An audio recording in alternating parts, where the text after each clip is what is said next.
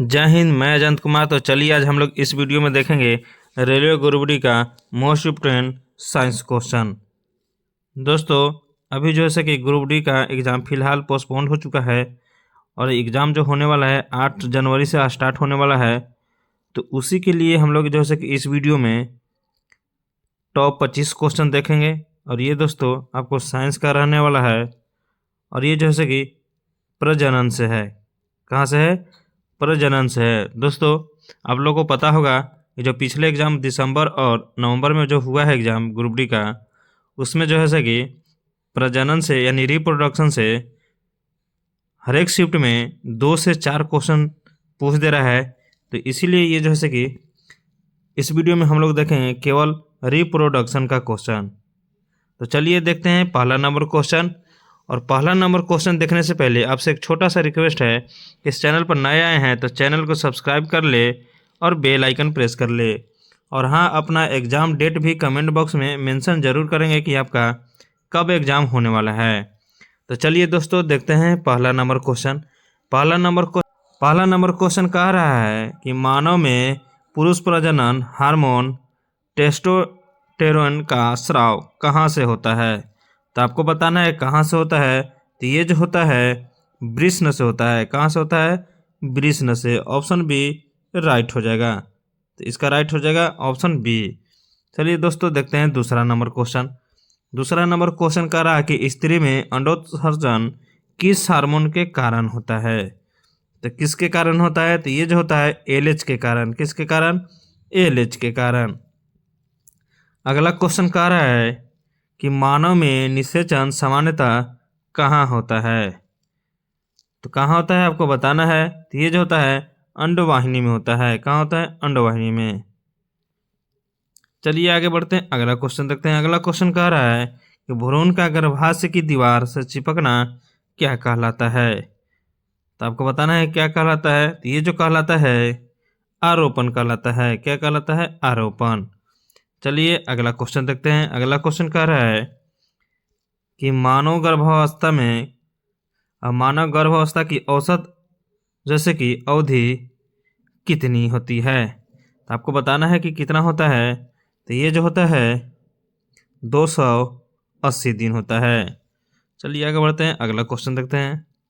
अगला क्वेश्चन कह रहा है कि मानव में क्या कह रहा है कि मानव में शुक्राणु का निर्माण किस प्रक्रिया से होता है। तो किससे होता है? तो ये जो होता है स्पर्मेटोजेनिस से होता है। यानी ऑप्शन जैसे कि बी राइट हो जाएगा। चलिए आगे बढ़ते हैं। अगला क्वेश्चन कह रहा है कि अंडाणु का निर्माण किस प्रक्रिया से होता है। तो किससे होता है? तो ये जो होता है ओजेनेसिस से होता है। किससे होता है? ओजेनेसिस से।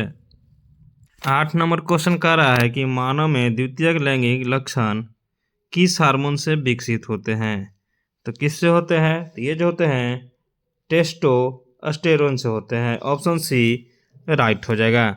चलिए आगे बढ़ते हैं, अगला क्वेश्चन देखते हैं। अगला क्वेश्चन यानी 9 नंबर क्वेश्चन कह रहा है कि पुरुष में शुक्राणु परिपक्व कहाँ होते हैं। तो कहाँ होते हैं आपको बताना है। तो ये जो होता है अधिवृषण में होता है। कहाँ होता है? अधिवृषण में। नेक्स्ट नंबर क्वेश्चन देखते हैं। नेक्स्ट नंबर क्वेश्चन कह रहा है कि स्त्री में मासिक धर्म चक्र की औसत अवधि कितनी होती है। बताना है कि कितना होता है। तो ये जो होता है 28 दिन होता है। कितना होता है? 28 दिन होता है। चलिए आगे बढ़ते हैं, अगला क्वेश्चन देखते हैं। अगला क्वेश्चन कह रहा है कि मानव में जुड़वा शिशु एक ही युग्मनज से बनने पर क्या कहलाते हैं। तो क्या कहलाते हैं? तो ये जो कहलाते हैं समान जुड़वा। आगे बढ़ते हैं, अगला क्वेश्चन देखते हैं। अगला क्वेश्चन कह रहा है कि गर्भावस्था के दौरान भ्रूण को पोषण कौन देता है। तो कौन देता है? तो ये जो देता है प्लेसेंटा देता है। कौन देता है? प्लेसेंटा देता है। नेक्स्ट नंबर क्वेश्चन कह रहा है कि शुक्राणु का शीर भाग किससे बना होता है। तो किसको से बना होता है? तो ये जो बना होता है नाभिक से बना होता है। किससे बना होता है? नाभिक से। अगला क्वेश्चन कह रहा है कि मानव में लिंग निर्धारण किसके द्वारा होता है। तो किसके द्वारा होता है? तो ये जो होता है पिता के द्वारा, क्योंकि पिता के क्रोमोसोम में यानी बॉय में यानी पुरुष में एक्स और वाई क्रोमोसोम रहते हैं, ठीक है।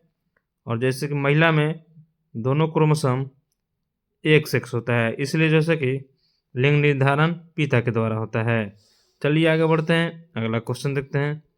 अगला क्वेश्चन कह रहा है कि कौन सा गर्भ निरोधक तरीका अस्थायी होता है। तो कौन होता है, तो ये जो है नसबंदी। कौन होता है, नसबंदी। नेक्स्ट नंबर क्वेश्चन कह रहा है कि प्लेसेंटा का कार्य कौन सा नहीं है। तो आपको बताना है कि प्लेसेंटा का कार्य कौन सा नहीं है ऑप्शन के अनुसार। ऑप्शन ए है पोषण देना, तो ये तो है। बी है अवशेष हटाना, ये भी है। सी है हार्मोन बनाना, ये भी है। डी है डीएनए बनाना, जो कि ये गलत है। तो ऑप्शन जो है कि डी राइट हो जाएगा। आगे बढ़ते हैं, अगला क्वेश्चन कह रहा है कि मानव अंडाणु में कितने गुणसूत्र होते हैं। तो कितना होता है, तो ये जो होता है 23 होता है। कितना होता है, 23 होता है। नेक्स्ट नंबर क्वेश्चन कह रहा है कि गर्भाशय में भ्रूणों के चारों ओर का तरल क्या कहलाता है। तो क्या कहलाता है, तो ये जो कहलाता है एमनियोटिक द्रव कहलाता है। ऑप्शन बी राइट हो जाएगा। आगे बढ़ते हैं, अगला क्वेश्चन देखते हैं। अगला क्वेश्चन कह रहा है कि मानव में शिशु जन्म की प्रक्रिया क्या कहलाती है। क्या कहलाती है, तो ये जो कहलाती है प्रसव कहलाती है। आगे बढ़ते हैं, नेक्स्ट नंबर क्वेश्चन कह रहा है कि पुरुष नसबंदी को क्या कहा जाता है। आपको बताना है, तो ये जो कहा जाता है वेसेक्टॉमी कहा जाता है। क्या कहा जाता है, वेसेक्टॉमी। नेक्स्ट नंबर क्वेश्चन कह रहा है कि स्त्री नसबंदी को क्या कहा जाता है।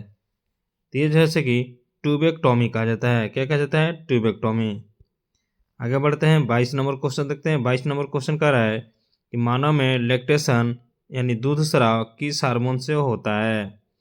तो ये जो है प्रोलैक्टिकन से होता है। ऑप्शन बी राइट हो जाएगा। नेक्स्ट नंबर क्वेश्चन कह रहा है कि निषेचन के बाद बनने वाली संरचना क्या कहलाती है। तो ये जो कहलाती है जाइगोट कहलाती है। क्या कहलाती है, जाइगोट। सेकेंड लास्ट क्वेश्चन देखेंगे, कह रहा है कि शुक्राणु की पूंछ का कार्य क्या है। तो क्या होता है, तो ये जो होता है गति प्रदान करता है। लास्ट क्वेश्चन देखते हैं। लास्ट क्वेश्चन कह रहा है कि मानव में प्रजनन एक प्रकार का क्या है। तो ये क्या है, ये है लैंगिक है। आज के लिए इतना ही। उम्मीद है कि आपको जैसे कि ये सेशन अच्छा लगा होगा।